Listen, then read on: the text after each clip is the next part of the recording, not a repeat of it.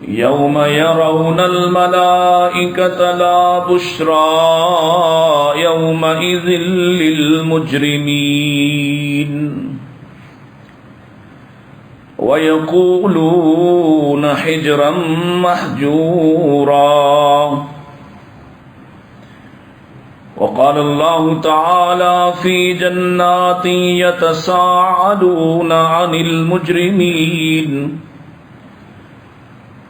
ما سلككم في سقر قالوا لم نك من المصلين ولم نك نطعم المسكين وكنا نخوض مع الخائضين وكنا نكذب بيوم الدين حتى أتانا اليقين فما تنفعهم شفاعة الشافعين. إن أحسن الحديث كتاب الله وخير الهدي هدي محمد صلى الله عليه وسلم وشر الأمور محدثاتها كل محدثة بدعة وكل بدعة ضلالة وكل ضلالة في النار.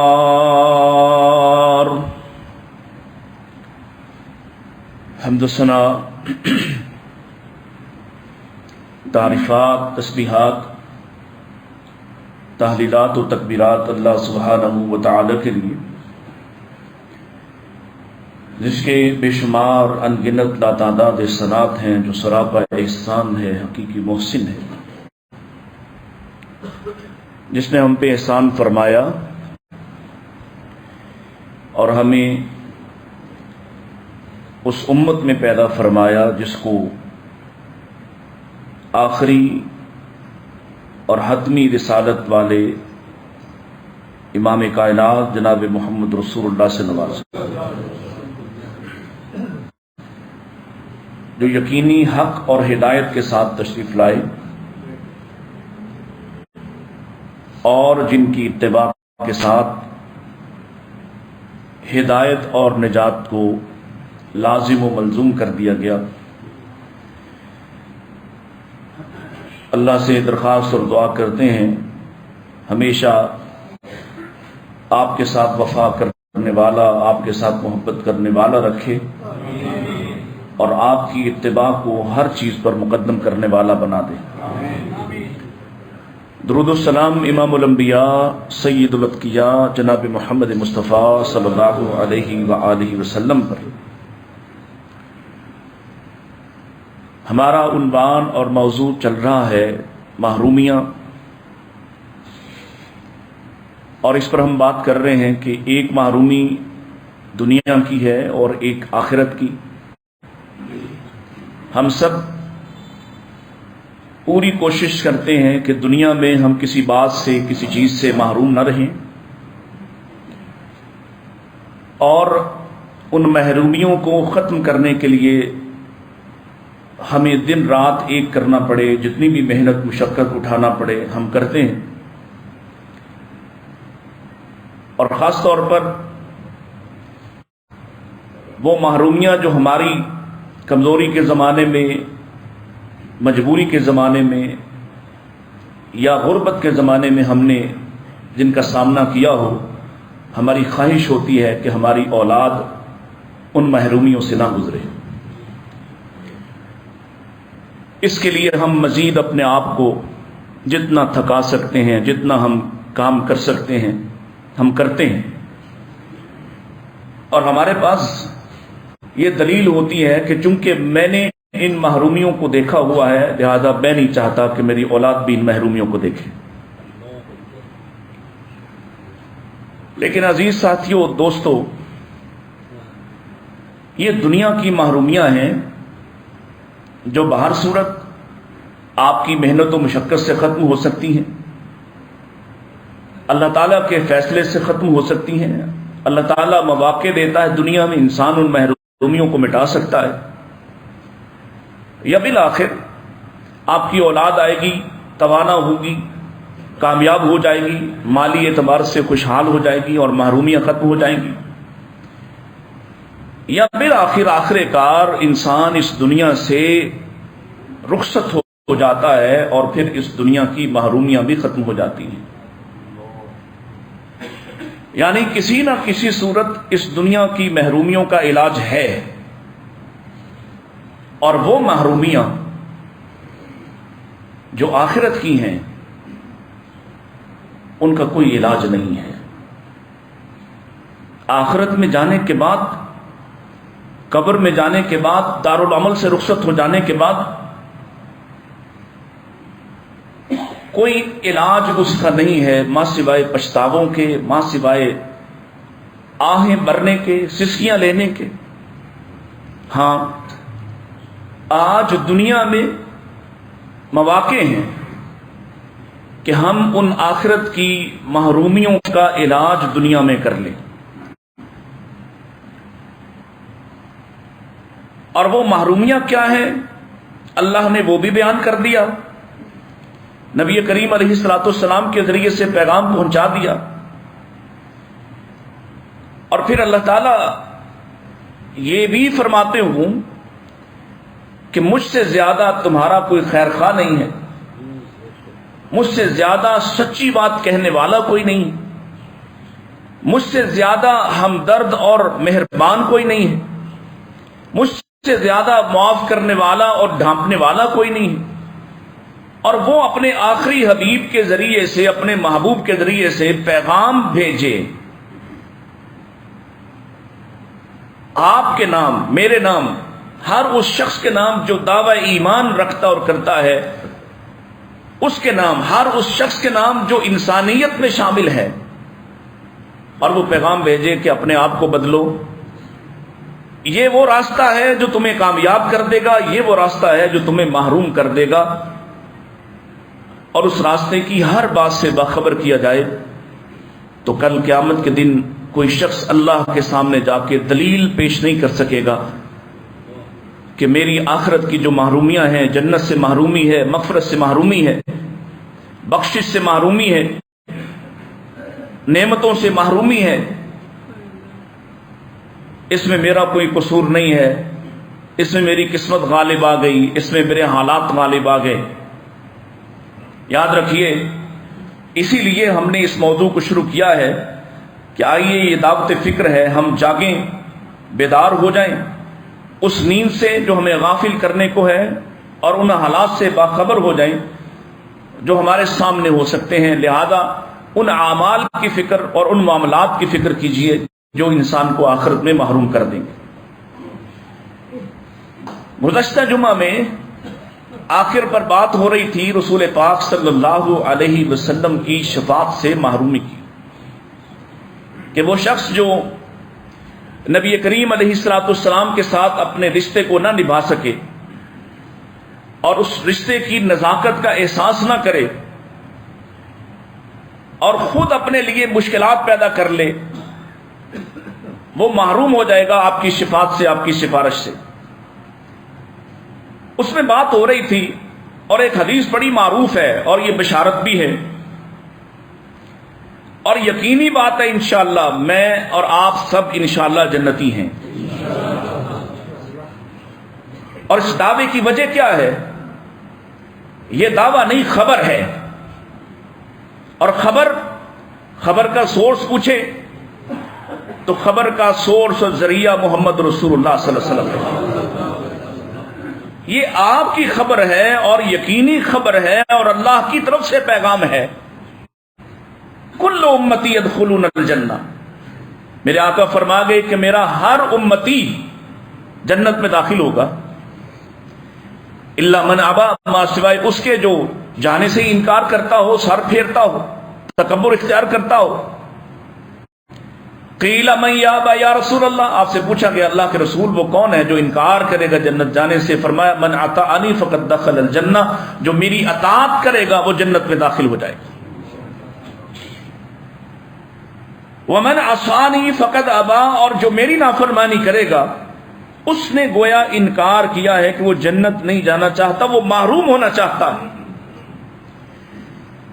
اب آپ کسی سے پوچھ لیجئے، ایک آدمی جو کوئی نیکی کا کام نہیں کرتا، ایک آدمی جو سراسر ناانصافی کی زندگی گزارتا ہے، اللہ کی نافرمانی کی زندگی گزارتا ہے، نام نہاد مسلمان، آپ اس سے پوچھئے کہ آپ جنت جانا چاہتے ہیں، اس کا انکار نہیں ہوگا، وہ یہ نہیں کہے گا میں نہیں جانا چاہتا، اس کا دعویٰ ہوگا کہ ہاں میں جاؤں گا جنت میں اور جانا چاہوں گا۔ ہاں اگر اپنے دعوی اسلام میں سچا ہوا تو آخر کار جنت چلا جائے گا، یہ بات درست ہے اور دلیل کے ساتھ ہے۔ شاید آپ کو یاد ہو پچھلی دفعہ بھی حدیث آپ کے سامنے رکھی ہے کہ آخر کار رسول اللہ صلی اللہ علیہ وسلم کی سفارش ہر اس شخص کو مل جائے گی جس کے پاس صرف کہنے کی حد تک بھی توحید ہوئی، صرف زبانی توحید ہوئی جس کے پاس، اور اس زبانی دعوے میں اس نے کسی کو شریک نہ ٹھہرایا اللہ کا۔ یعنی یہ نہیں ہے کہ زبانی دعویٰ کرتا اور ساتھ شرک پر بھی آمادہ رہے، غلطیاں بے شمار ہیں، گناہ بے شمار ہیں، لیکن ان گناہوں میں شرک شامل نہ ہو تو بالآخر یہ بھی جنت میں چلا جائے گا۔ لیکن فیصلہ یہ کریں، اور یہ زیادہ بہتر ہے کہ آج فیصلہ کر لیں کہ آپ نے جہنم جانے کے بعد جنت جانا ہے یا جہنم جائے بغیر جنت جانا چاہتے ہیں، یہ اہم فیصلہ ہے۔ اور اگر ہم یہ فیصلہ کر پائیں جو ہمیں کر لینا چاہیے، تو پھر دنیا کی کوئی چیز ایسی نہیں ہے جو جنت سے قیمتی ہو، پھر دنیا کی کوئی رغبت ایسی نہیں جو جنت سے قیمتی ہو، پھر دنیا کی کوئی لذت ایسی نہیں جو جنت کی لذتوں سے زیادہ بہتر ہو۔ فیصلہ آپ کریں، ہم کریں کہ اگر ہم جہنم جائے بغیر جنت جانا چاہتے ہیں تو پھر بھائی اپنے معاملات پہ خود ہی محتسب بن جاؤ، خود ہی غور و فکر کر کے، خوب غور و فکر کر کے خود ہی منصف بن جاؤ، خود انصاف کرو۔ تم جو کر رہے ہو، اگر تم اپنا فیصلہ کرتے تو تم اپنے آپ کو کتنے نمبر دیتے؟ حاسبوا قبل ان تحاسبوا، اپنا حساب کرو، اور پھر دیکھو کل تو جا کے شکوہ کسی کام کا نہیں ہوگا نا۔ اگر کوئی شخص بدعات کرتا ہے، ابھی آپ نے دیکھا 2 دن پہلے جو ہوا شعبان کی 15 کو، جس طرح سے ہر سال یہ شر بڑھتا جا رہا ہے اور نام خیر کا لیتے ہو، نبی پاک علیہ السلام نے ایسا کچھ نہ کیا ہو اور تم وہ عمل شروع کرتے ہو، اور اللہ کے رسول فرما گئے ہوں من عمل عملا لیس علیہ امرنا فہو رد، ہر وہ عمل جس پر ہمارا عمل نہ ملتا ہو، جس پر ہمارا عمل نہ ملتا ہو، فہو رد، فہو رد، یہ عمل بھی مردود ہے اور عامل بھی مردود ہے، عمل کرنے والا بھی مردود ہے، اس لیے کہ جو عمل کر رہا ہے وہ مردود ہے تو کرنے والا کیا ہوا؟ اور کس بنیاد پر؟ اپنی مرضی۔ یہی وجہ ہوگی کل عین ان کے سامنے حوض ہوگا اور محمد رسول اللہ ہوں گے، اور یہ وہاں کھڑے ہوں گے، ظاہری آزاد چمک رہے ہوں گے، اور عین اس وقت ان کے سامنے رکاوٹ کھڑی کر دی جائے گی اور نبی پاک سے کہا جائے گا یہ وہ ہیں ما انہم ما بدلوا بعدک، جو تمہارے بعد تمہارے دین کو تبدیل کرنے والے ہیں۔ اور وہاں اللہ کے رسول سفارش کی بجائے، جنت کی سفارش کی بجائے جہنم کی بات کہہ دیں گے، سوکن سوکن لمن غیرہ، انہیں جہنم میں پھینک دیا جائے جنہوں نے میرے بعد میرے دین کو تبدیل کر دیا۔ آپ ذرا سوچئے تو صحیح، اگر اس دین میں کچھ گنجائش نکالنے کی بات ہوتی، کوئی کمپرومائز کرنے کی کیفیت ہوتی، کچھ نئی باتیں اخذ کی جا سکتی ہوتی، تو مکے والوں کا کیا قصور تھا؟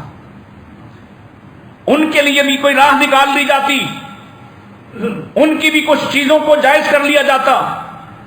کیوں ان سے کہا؟ ان کو انہوں نے آ کے آپ سے کہا تھا کچھ ہمیں بھی رخصت دے دو، کچھ ہمارے خداؤں کے لیے بھی نرمی پیدا کر لو۔ اور اللہ کے رسول علیہ الصلوۃ والسلام سے پر آسمان سے وحی نازل ہوئی. آپ نے تو زمین پہ فرمایا تھا میرے ایک ہاتھ پہ سورج رکھ دو اور دوسرے پہ چاند، اور پھر مجھ سے کہو کہ میں تمہارے باطل خداؤں کو تسلیم کروں. یہ نہیں ہوگا. آسمان سے پیغام آیا قل یا ایھا الکافرون لا اعبد ما تعبدون، جس کی تم عبادت کرتے ہو میں اس کی عبادت کر سکتا. اگر گنجائش نکل سکتی ہے تو ان کے لیے کیوں نہیں؟ اس لیے وہ لوگ محروم ہو جائیں گے. اسی طرح یہ سورہ المدثر کی آیات میں نے آپ کے سامنے پڑھی، بڑی معروف آیات ہے. فی جنات یتساءلون، جنت میں جا کر جنتی سوال کریں گے. کس سے؟ عن المجرمین، مجرموں سے. اور کون سے مجرموں سے؟ ان آیات سے پتہ چلتا ہے کہ ان مجرموں کا تعلق ایمان والوں سے ہے، کیونکہ ان کا جو پہلا جواب ہے، انہوں یہ نہیں کہا کہ ہم اللہ کو نہیں مانتے تھے. وہ ان سے پوچھیں گے ما سلککم فی سقر، تمہیں اس کھولتے ہوئے عذاب کا، اس بھڑکتے ہوئے عذاب کا حصہ بننا کیسے ہوا، کیا کیا تم نے؟ اور یہ کیا کہیں گے؟ پہلا جواب کیا ہے جس پر ہماری سب کی اس وقت آج کی صورتحال میں سب سے آخری ترجیح بنا دیا. قالوا لم نک من المصلین، وہ کہیں گے ہم نماز نہیں پڑھنے والے تھے. المصلین کن کو کہا جاتا ہے؟ جو ایک نماز پڑھتا ہو، بولیں. جو دو پڑھ لے، تین پڑھ لے، چار کی پابندی کرتا ہو، کبھی کبھی جمعہ پڑھ لیتا ہو، کس کو کہا جائے گا؟ المصلین میں کون آئے گا؟ جو مرضی کی پڑھ لے، مرضی کی چھوڑ دے، 5 کیے بغیر سو جائے، روز عادت بنا لے، کبھی فجر چھوڑتا ہے، کبھی عصر چھوڑتا ہے، کبھی مغرب چھوڑ دیتا ہے، اس کو المصلین میں داخل کیا جائے گا؟ وہ نمازی ہوگا. بہت سے لوگ ہیں نا جو کہتے ہیں بس جی کوئی ایک آدھ رہ جاتا. کس بنا پہ؟ تمہارے پاس کیا اختیار ہے کہ تم چھوڑ دو؟ تمہیں یہ گنجائش ملی کہاں سے؟ کس نے فتویٰ دیا ہے؟ روئے زمین پر کوئی جھوٹا مفتی ہی دکھا دو جو تمہیں کہے کہ چلو 2-3 چھوڑ دیا کرو. لم نک من المصلین، تو کہیں گے ہم نمازیوں میں سے نہیں تھے، نمازی نہیں تھے. اس کو ہم نے اتنا ہلکا لیا کہ چلو جی کوئی بات نہیں. اللہ کی قسم ہے نبی پاک سے ایک نبینہ نے پوچھا، صرف نماز نہیں جماعت کی رخصت مانگی، اور کس بنا پر؟ عذر بیان کیے، نبینہ ہوں، لانے لے جانے والا کوئی نہیں، رات کی نمازیں، مغرب کی نماز، عشاء کی نماز، فجر کی نماز، تاریکی والی نمازوں کی رخصت چاہتا ہوں. راستے میں نشیب و فراد ہے، وادی ہے، اس میں کبھی کیچڑ اور پانی ہے. اللہ کے رسول مجھے گھر پڑھنے کی، یہ چھوڑنے کی اجازت نہیں مانگ رہا، گھر پڑھنے کی اجازت ہے. میرے آقا علیہ الصلوۃ والسلام نے ان سارے سوالوں کے جواب میں صرف ایک بات پوچھی، اذان سنتے ہو؟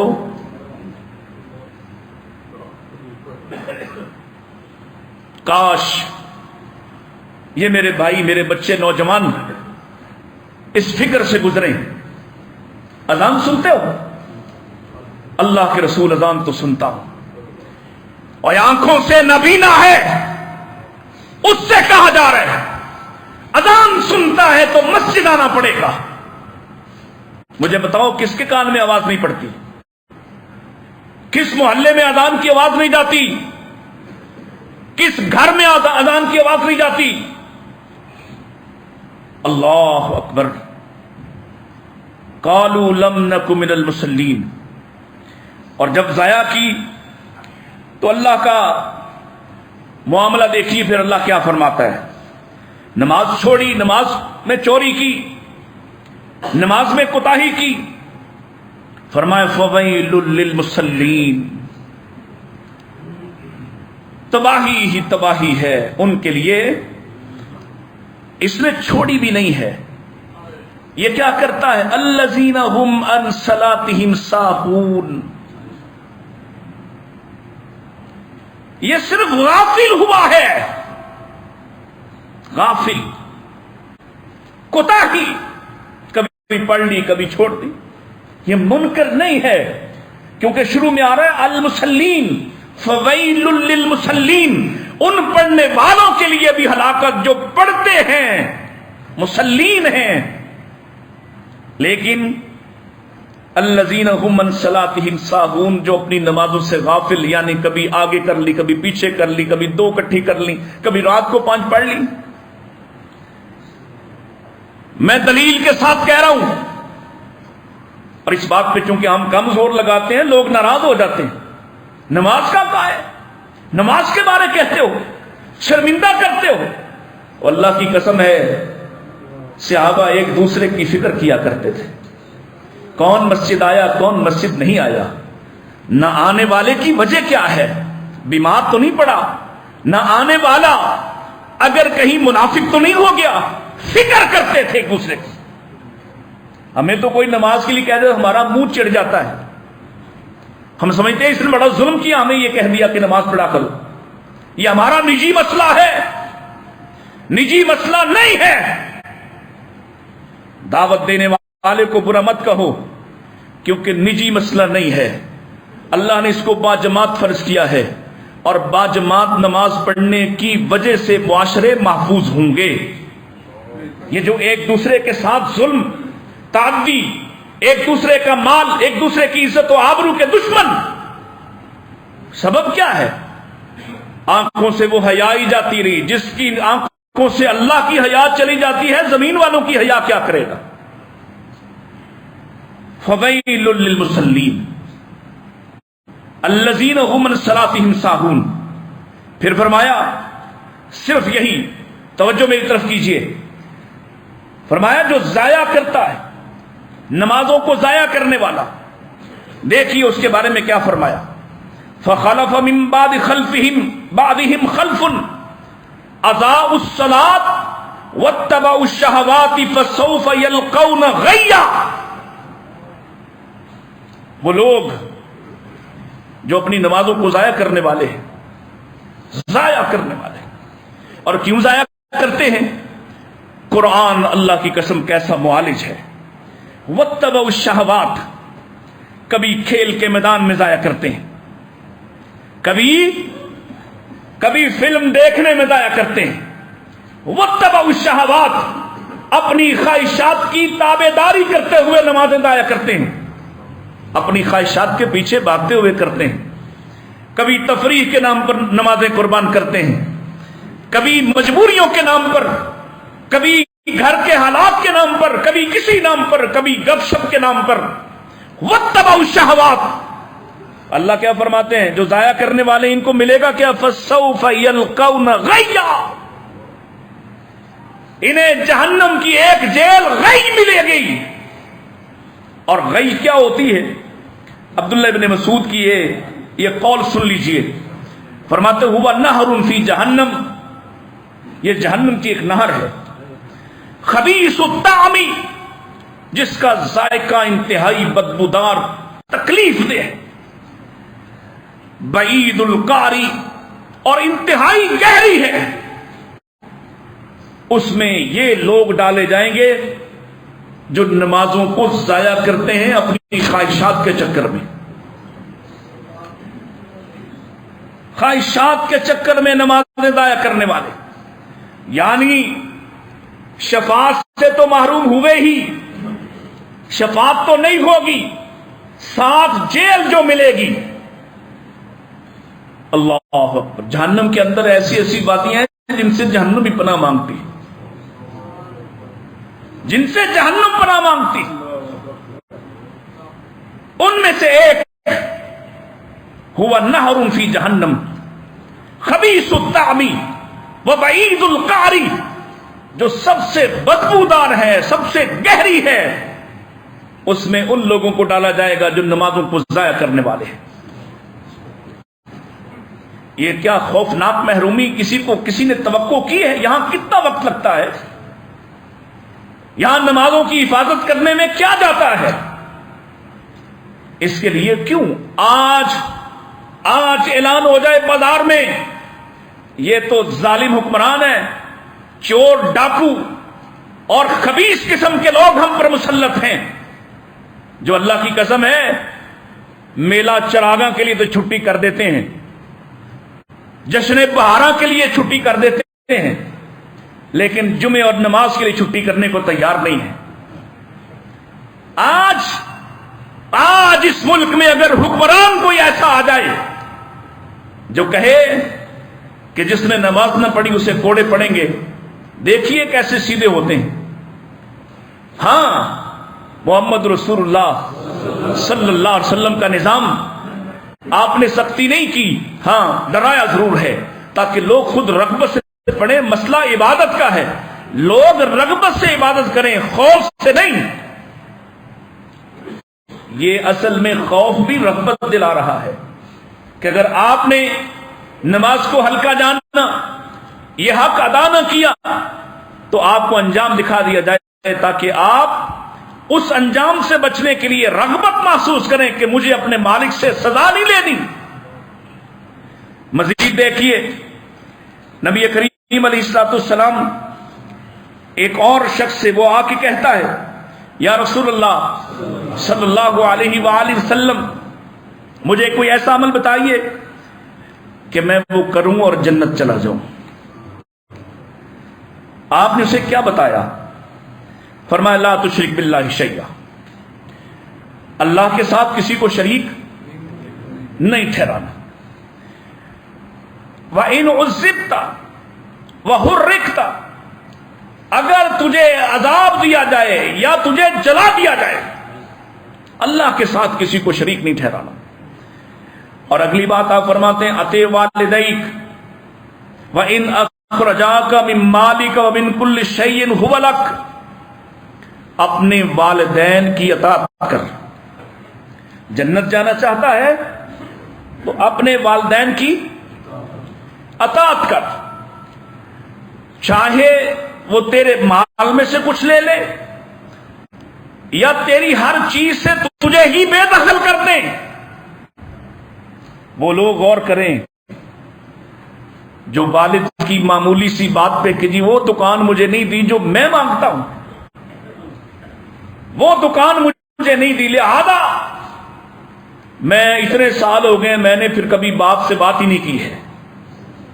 وہ لوگ غور کریں کہ نبی کریم علیہ السلام فرماتے ہیں تیرا مال ہو، باپ کا نہیں، تیرا مال ہو، تیرا کمایا ہوا، اور تیرا باپ اس میں سے کچھ لے لے یا تجھے بے دخل کر دے اس میں سے، اس سے بڑی کیا بات ہو سکتی ہے؟ فرمایا پھر بھی اطیع والدیک، پھر بھی اپنے والدین کی بات مان۔ اللہ اکبر۔ اور پھر فرمایا وَلَا تَتْرُكِ الصَّلَاةَ مُتَعَمِّدًا، جان بوجھ کے نماز نہ چھوڑنا۔ جنت جانا چاہتا ہے تو جان بوجھ کے نماز نہ چھوڑنا۔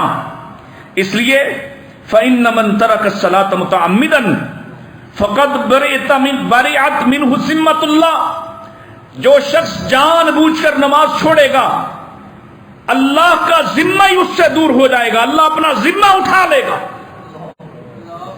وہ شخص اللہ کے ذمے سے محروم ہو جائے گا جو ایک نماز جان کے چھوڑتا ہو۔ اور جس نے سال ہاں سال چھوڑ دی ہوں، جس نے کبھی پرواہی نہ کی ہو، جو ہر دن میں 2-3 چھوڑتا ہو اور اپنے آپ کو بڑا مومن بھی سمجھتا ہو، نبی کریم علیہ السلام کے الفاظ ہیں، میں احادیث سنا رہا ہوں، سنانے میں غلطی سے بچنے کی کوشش کر رہا ہوں، لکھتا ہوا آپ کے لیے جمع کرتا ہوا اس بات کا حساب رکھتا ہوں کہ کم سے کم اسناد حسن سند والی حدیث سناؤں، صحیح حدیث سناؤں۔ اللہ کے رسول صلی اللہ علیہ وسلم کے فرمان کو اہمیت دو، وہ شخص اللہ کے ذمے سے محروم ہو جائے گا۔ محرومی، یہ محرومی نہیں سمجھ آتی؟ کسی سے اس کا باپ سر ہاتھ اٹھا لے، کسی کا باپ فوت ہو جائے، اس کے پاس ہزار بہانے ہوتے ہیں، میرے والد فوت ہو گئے، میں یتیم ہو گیا تھا، مجھے گھر والوں نے نکال دیا۔ اور جس کو اللہ چھوڑ دے اس کے بارے کیا سمجھتے ہو؟ اس میں کوئی خیر باقی رہے گی؟ فقط بریت منہ ذمت اللہ، اللہ اپنا ذمہ ہی اس سے اٹھا لے گا کہ جاؤ جا کے ذلیل و خوار ہو جاؤ۔ اللہ نے ذمہ اٹھایا ہے یہود سے، اللہ نے ذمہ اٹھایا ہے نصارہ سے۔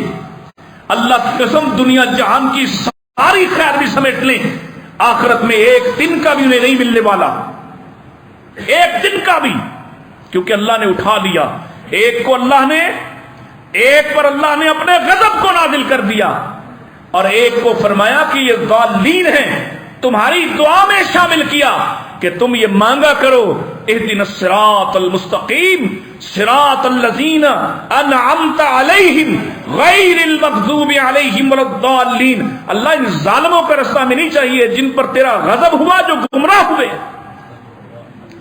کیونکہ اللہ جس کو چھوڑتا ہے وہ گمراہی سے بچ سکتا۔ آئیے پھر دیکھیے، بعض لوگ اعمال پہ، اپنے اعمال پہ فخر کرتے ہیں کہ ہم تو بڑے نیک کام کرتے رہے، اور یہ وہ دھوکہ ہے جس کا ذکر قرآن نے کیا ہے۔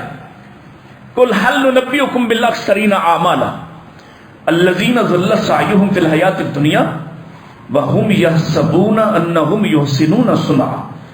یہ اس دھوکے میں مبتلا رہے کہ ہم تو بڑے اچھے کام کر رہے تھے، ہم تو لوگوں کو کھانا کھلاتے تھے، ہم تو لوگوں کی مدد کرتے تھے، صدقہ و خیرات کرتے تھے، بکرا کھلایا کرتے تھے، لوگوں کو گوشت کھلایا کرتے تھے۔ وہ سب کام نوافل ہیں، وہ سب کام، وہ سارے کام نوافل ہیں۔ فرض چھوڑا، فرض، اور ایک نماز کی بات کرنے لگا جس کے لیے کیا فرمایا تھا؟ حافظوا علی الصلوات والصلاۃ الوسطی، نمازوں کی حفاظت کرنے والا ہو جا، اور خاص طور پر درمیان والی، درمیان میں کون سی آتی؟ اس کی حفاظت، اس وقت کوئی عذر نہ کرنا۔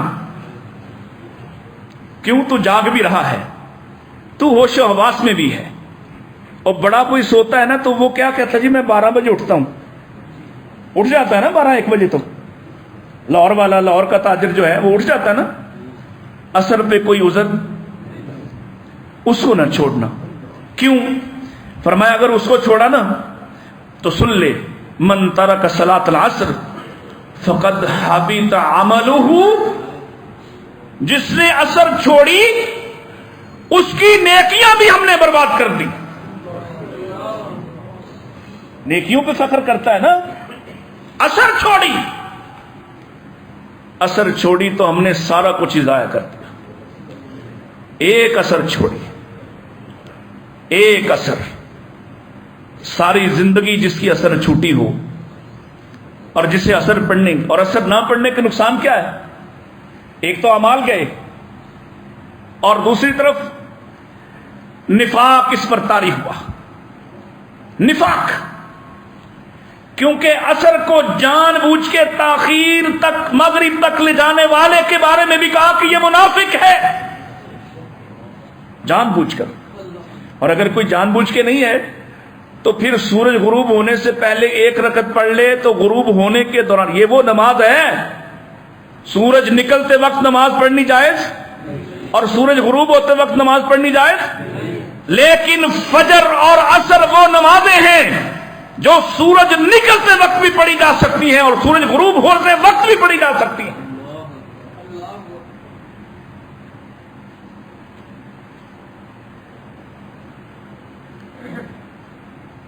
توجہ فرمائیے،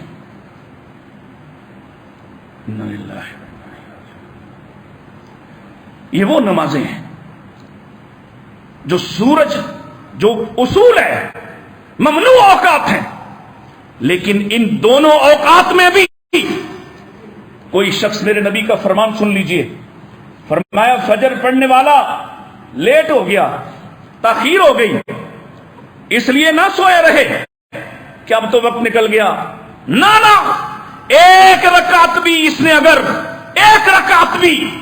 اگر اس نے سورج نکلنے سے پہلے پا لی تو گویا اس نے پوری نماز پا لی۔ مغرب پر عصر میں لیٹ ہونے والا ایک رکعت بھی اگر اس نے سورج غروب ہونے سے پہلے پا لی، باقی 3 سورج غروب ہوتے پڑھی، ہونے کے دوران پڑھی، پڑھنا بھی جائز اور نماز بھی پڑھ لی، نماز کا اجر بھی مل گیا، کیونکہ اس نے ایک رکعت پا لی، گویا باقی پوری نماز ہی پا لی۔ یاد رکھنا بڑا اہم مسئلہ ہے، عصر اتنی اہم، اور پھر عصر کے فائدے کیا ہیں؟ اللہ اکبر، اللہ کی قسم جب یہ حدیث پڑھتے ہیں تو دل سے دعا نکلتی ہے، مالک کبھی عصر کے بغیر موت نہ آئے۔ عصر پڑھنے والا موت آئی، نہلا دھلا کر تم نے رخصت کیا، قبر میں داخل کیا، فرشتے سوال کرنے آئے۔ صحیح حدیث میرے نبی فرماتے ہیں فرشتوں نے سوال کیا، ادھر وہ سوال کر رہے ہیں اور ادھر اس کو اٹھا کے جب بٹھایا، اس نے دیکھا کہ عصر کا وقت ہے، سورج غروب ہونے والا ہے۔ وہ کہتے ہیں تیرا رب کون ہے، تیرا نبی کون ہے؟ اور یہ کہتا ہے ٹھہرو دیتا ہوں جواب، عصر جا رہی ہے، مجھے عصر تو پڑھنے دو، عصر جا رہی ہے، عصر رخصت ہو جائے گی، تم سے کرتا ہوں بات، ذرا رکو تو مجھے نماز تو پڑھنے دو۔ یہ بات سن کے وہ کہیں گے چل یہ پکڑ اپنا لباس جنت کا، یہ لے جنت کا بستر اور سو جا اسے پہن کر اس بستر پہ، اب تجھے قیامت تک کوئی نہیں اٹھائے گا، ایسے سو جیسے پہلی رات کی دلہن سوتی ہے۔ عصر کا فائدہ کیا ہے؟ اپنے بچوں کو اسکول سے آتے ہیں تو ہم سب بڑے رحم دل ہیں کہ سو جائیں کوئی بات نہیں، شام کو اٹھا لیں گے۔ سنو، اللہ کی قسم تم پر ذمہ داری ہے، یا ایھا الذین آمنوا قوا انفسکم واہلیکم نارا، اے لوگو، اے ایمان کا دعویٰ کرنے والوں، اپنے آپ کو بھی اور اپنے اہل خانہ کو بھی کس سے بچاؤ؟ آگ کے عذاب سے۔ کیسے بچاؤ؟ سلا دو، صبح بھی سوئے رہنے دو، یہ رخصت۔ اور میرے نبی کا طرز عمل کیا ہے؟ میرے نبی کا طرز عمل، یہاں لوگ بیٹوں کو کہتے ہوئے شرماتے ہیں، بیٹیوں کو اٹھاتے ہوئے شرماتے ہیں، میرے نبی اپنی لخت جگر کو رخصت کرتے ہیں، پہلی رات ہے سیدنا علی کے ساتھ، فرمایا میرے آنے کا انتظار کرنا، رات کو گئے، دم کیا ان پر اور ان پر پانی کا چھڑکاؤ کیا، اور پھر دونوں کو چھوڑ کر آ گئے۔ صبح ہوئی، تہجد کا وقت ہے، اور داماد کو کون کہے، لیکن میرے مصطفیٰ نے یہ ضابطے دکھا دیے۔ داماد کو پہلی رات ہے، دونوں میاں بیوی کا پہلا ملن ہے، پہلا تعلق ہے، آپ چلے گئے، اٹھایا، اور سیدہ فرماتی ہم دونوں ایک بستر میں، سنو دین کتنا اہم ہے، میرے آقا فرماتے اٹھو، اٹھ کر نماز پڑھو۔ کیا مطلب ہے اس بات کا؟ ہم کہاں ہیں؟ ہم تو مہینوں نہیں پوچھتے، نئی شادی ہوئی ہے کوئی بات نہیں، نماز خیر بعد میں پوری کر لے گا۔ کتنا اہم معاملہ ہے۔ آئیے پھر اللہ کے رسول نے کیا فرمایا؟ جو شخص نماز چھوڑ دیتا ہے، نماز سے لا تعلق ہوتا ہے، ایک اور محرومی، اور اتنی خوفناک محرومی، فرمایا وہ نور سے، دلیل سے، نجات سے ہی محروم ہو جاتا ہے۔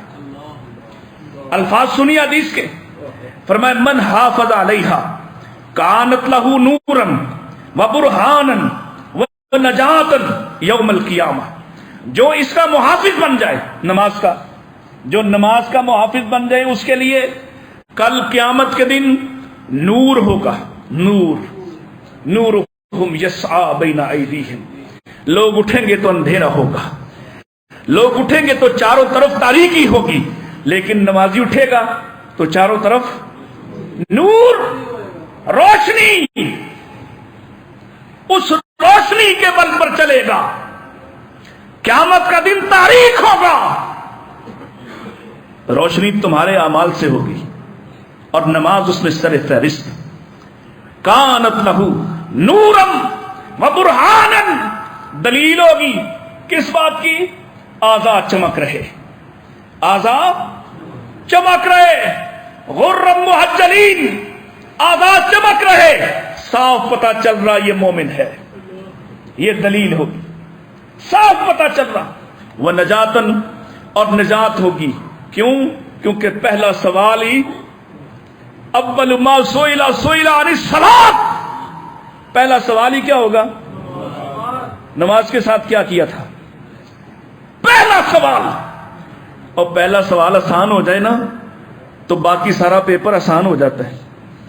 پہلا سوال آسان ہو جاتا ہے، پہلا سوال یہ ہوگا۔ اور جو شخص ومن لم يحافظ علیہا، جو اس کی حفاظت نہیں کرے گا، لم یکن لہو نور ولا برہان ولا نجات، اس کے لیے نہ نور ہوگا، نہ دلیل ہوگی، نہ نجاتی ہوگی، یہ پھنسا رہے گا ادھر ہی۔ اور پھر فرمایا وَقَانَ يَوْمَ الْقِيَامَةِ، یہ اس سے بھی بڑا برا نتیجہ ہے، وَقَانَ يَوْمَ الْقِيَامَةِ مَعَ قَارُونَ وَفِرْعَوْنَ وَحَامَانَ وَأُبَيِّ بْنِ خَلْفٍ، اور یہ آدمی کن کے ساتھ ہوگا؟ فرعون کے ساتھ، حامان کے ساتھ، یہ ایسے بڑے بڑے ظالموں کے ساتھ ہوگا، قارون کے ساتھ ہوگا، اس کا انجام ان کے ساتھ ہوگا۔ یعنی جو ان اللہ کے دشمنوں کو عذاب ملے گا، اس عذاب کے حوالے اس کو کر دیا جائے گا۔ دیکھیے ذرا، پھر آئیے اس سے اگلی بات کیا تھی، یہ بڑی اہم ہے۔ وَكُنَّا، اور دوسری بات کیا ہے؟ جو شفاعت سے محروم کر دے گی، فَمَا تَنْفَعُهُمْ شَفَاعَةُ الشَّافِعِينَ، جو شفاعت سے محروم کر دے گی وہ دوسری بات کیا ہے؟ پہلی نماز ہے، پہلی نماز ہے، اور دوسری وَكُنَّا نَخُوضُ مَعَ الْخَائِضِينَ، آج پوری قوم اس پر لگ گئی، یہ کہیں گے ہم بے وجہ مباحثہ کرنے والوں کے ساتھ بحث و انکار کیا کرتے تھے، ٹاک شوز، فضول گپ شپ، پی ٹی آئی صحیح ہے، یہ نون لیگ، گھنٹوں ضائع کر دیے، دنوں کے دن ضائع کیے، راتوں کو بیٹھ گئے، عشاء کے بعد کوئی اللہ کا ذکر کرنا تھا، کہیں سورۃ الملک پڑھنی تھی، کہیں اللہ سے توبہ کرنا تھی، کہیں دن بھر کے اعمال پر غور و فکر کرنا تھا، اپنی فیملی کو وقت دینا تھا۔ یہاں کیا ہو رہا ہے؟ بیٹھ گئے سارے، کیا کر رہے ہو؟ روز بیٹھے ایک دوسرے کا گوشت نچوڑ رہے، روز ایک دوسرے کی عزت اچھال رہے۔ وَكُنَّا نَخُوضُ مَعَ الْخَائِضِينَ، بے وجہ، پتا ہے تم نے نہیں ماننا ایک دوسرے کی بات کو، اور اس بحث و بحث میں کوئی فائدہ ہے؟ کوئی فائدہ بھی ہوتا ہے؟ کوئی مان جاتا ہے تمہاری بات؟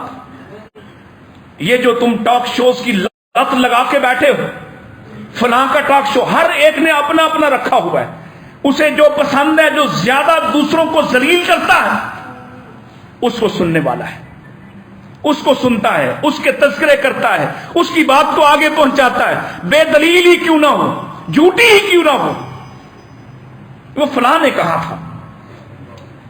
اتنا وقت کبھی تم نے محمد کی باتوں کو آگے پہنچانے میں لگایا؟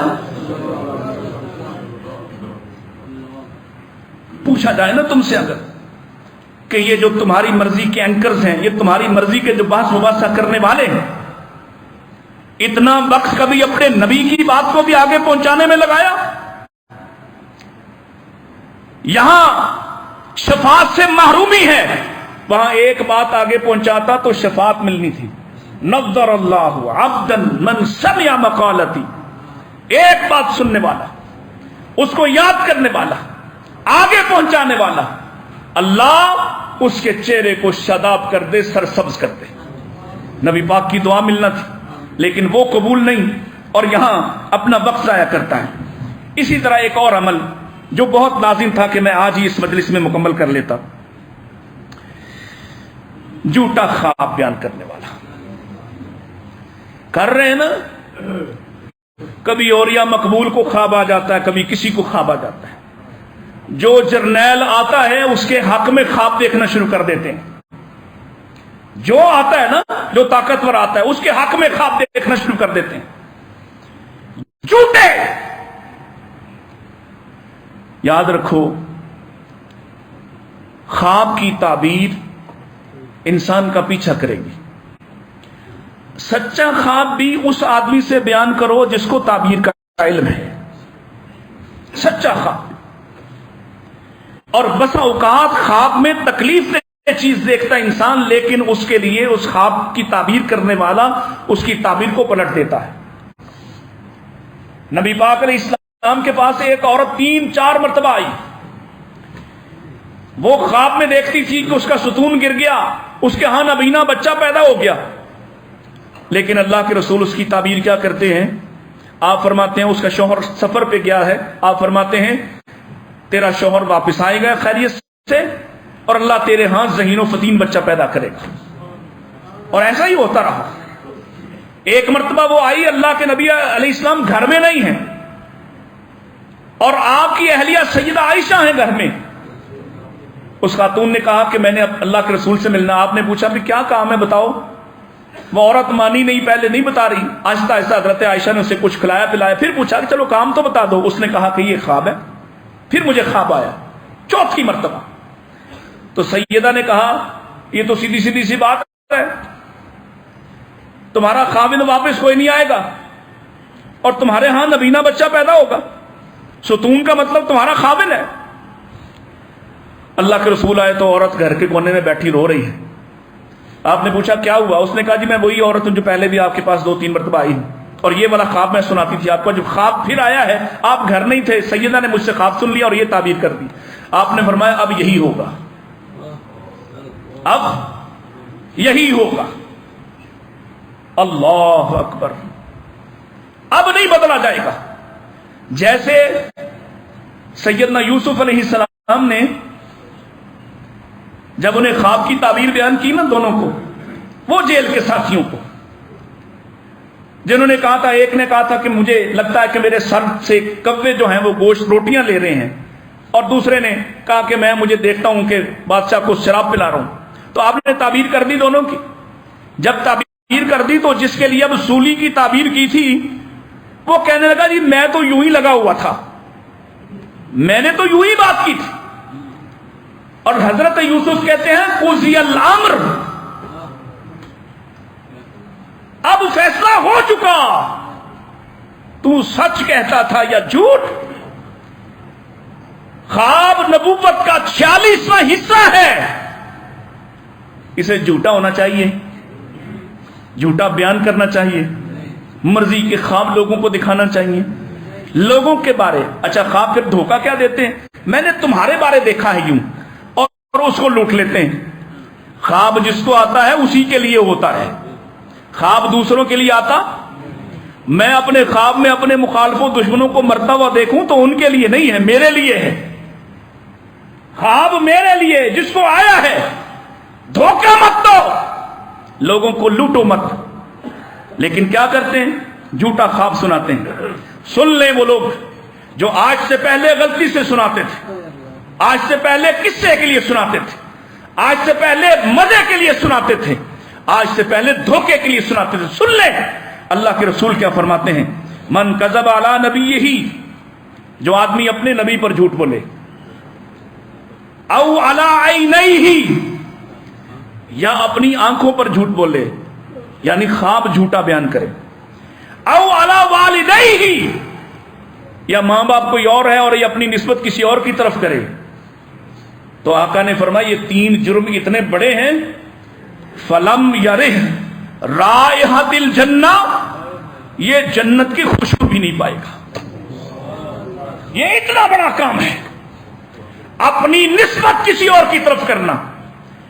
یہ جو قومیں بدل لیتے ہیں قومیں بدل لی، اللہ نے تجھے اگر انصاری پیدا کیا ہے تو کیوں شرماتا ہے؟ اللہ نے تجھے کسی ظاہراً لوگوں کی نظروں میں چھوٹی ذات میں پیدا کیا ہے، اللہ کی قسم تو چھوٹا نہیں ہوا، لیکن کسی بڑی ذات کے ساتھ اپنی نسبت کرنا گویا اپنے نسب نامے کو تبدیل کرنا ہے، اپنے والدین کو تبدیل کرنا ہے۔ کوئی اپنی نسبت چینج کرے، کوئی اپنی آنکھوں کے بارے جھوٹ بولے کہ میں نے یہ دیکھا ہے، اور کوئی نبی پاک پر جھوٹ بولے، یہ تین برابر کے جرائم ہیں، برابر کے۔